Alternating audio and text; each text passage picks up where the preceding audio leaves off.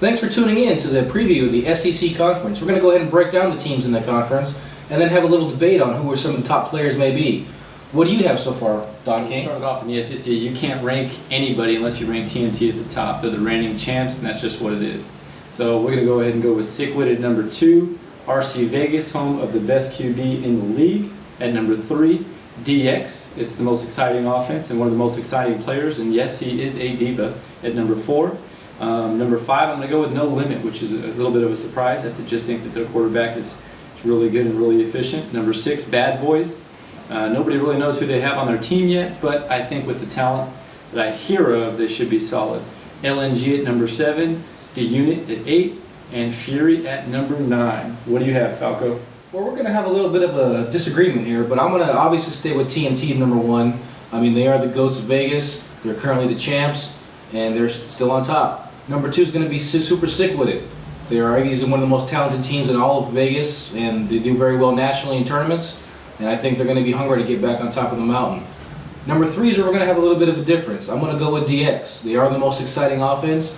They have a couple of new pickups with a very exciting receiver with Witt and 50 Tyson on the defensive line, and I think they're looking to actually finally get over the hump. RC Vegas is a very talented squad, and they do have a very efficient, very good quarterback. I'm just not sure if their first season in the grid they're going to get on top, but they will definitely make some noise. Number 5, I'm going to go with LNG. It's a Team Live and Team Gatorade. You're adding Dyson to already a very exciting and youthful team, and I think they're definitely going to be a team to look out for.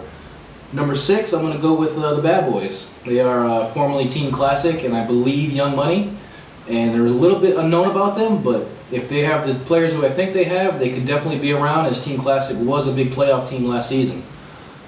Number 7, I'm going to make a little bit of a surprise here. I'm going to go with the new Youngblood Fury. I think winning the Big 12 and making some noise. They've already had some SEC experience, and I really think that their kids are ready to make that big jump. Number 8, I'm going to go with the very wily, very veteran No Limit. They've been around for a while, but so far they just haven't really found a home in the grid. With a lot of success. This could be different, we don't know, but as of right now, I'm just going to keep them right there. And number 9, I'm going to end with The Unit. Very unknown team, so a lot could change with them, but as of right now, that's where they stand. And like everything, we're going to go ahead and have to agree to disagree there, Falco. So I know that you have your biases towards a certain team that you rank 3rd. I'm not going to name any names. I know you have a tattoo on your lower back area, but I'm going to go ahead and say RC Vegas. You know what? RC Vegas might actually win the SEC. You never know, because offense does win championships because it's the team that scores the most points that usually wins the game. So going to the best offense in the SEC, what do you have at? Well, if you're going to speak of offense and winning games, I mean, by far the highest scoring offense in all of the leagues happens to be DX. Whether you want to talk about a bias or not, the fact of the matter is they put up over 250 points every season. That's hard to argue. Yeah, they just don't have any defense to go with that offense. I mean, it's all yin and no yang. So, I mean, that's why they haven't won a championship yet. If it went off of stats, then by far, I mean, they should be the top team in the country. Angels should be president. Perhaps, but you did say the best offense, and I'm just pointing out the fact that they are the best offense in town. True. Defense does win championships. That's why TMT is king of the road. So, moving forward, I think that the best overall team, though, would be Sick With It. It just depends on which way they go with the QB spot. I mean, you got Mark Gray, who's definitely efficient, throws the deep ball better than just about anybody in the league, knows how to run a team, is organized, and I think he's one of the better play callers. And then you also have, Steve, who's probably one of the most exciting players in the entire league at any position. I mean, I think that guy could play punter if he wanted to. So what are your thoughts about best overall team? Well, best overall team, obviously on paper, has to be Sick With It. I mean, by far they are loaded damn near at every position. And they are very talented. Unfortunately, I think in the SEC, talent not alone wins it, and TMT obviously has the chemistry. They've been together for a long time, and the numerous championships obviously prove that.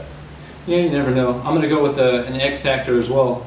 You never know with the unit, because if you want to win, then you put Booby in, and Booby is back in the league. He's been out a couple seasons. So I know that you had them ranked dead last, but I'm going to have to go ahead and disagree with you there. Fair enough. Again, I think my X factor is going to have to be LNG. I think Gatorade's been a young and exciting team, and I think if they could put it all together with the addition of an exciting receiver like Dyson, they really can put some points on the board and have a chance to make some noise. Yeah, maybe. You never know. I mean, talent doesn't always trump all. So if that was the case, then Sickwood would be the champs last season. And that's what we're going to have to debate, and that's what the whole show is about. But luckily, they all get settled on the field, so none of this will really matter in the long run. Thank you for tuning in to the SEC preview, and stay tuned for more exciting things to come.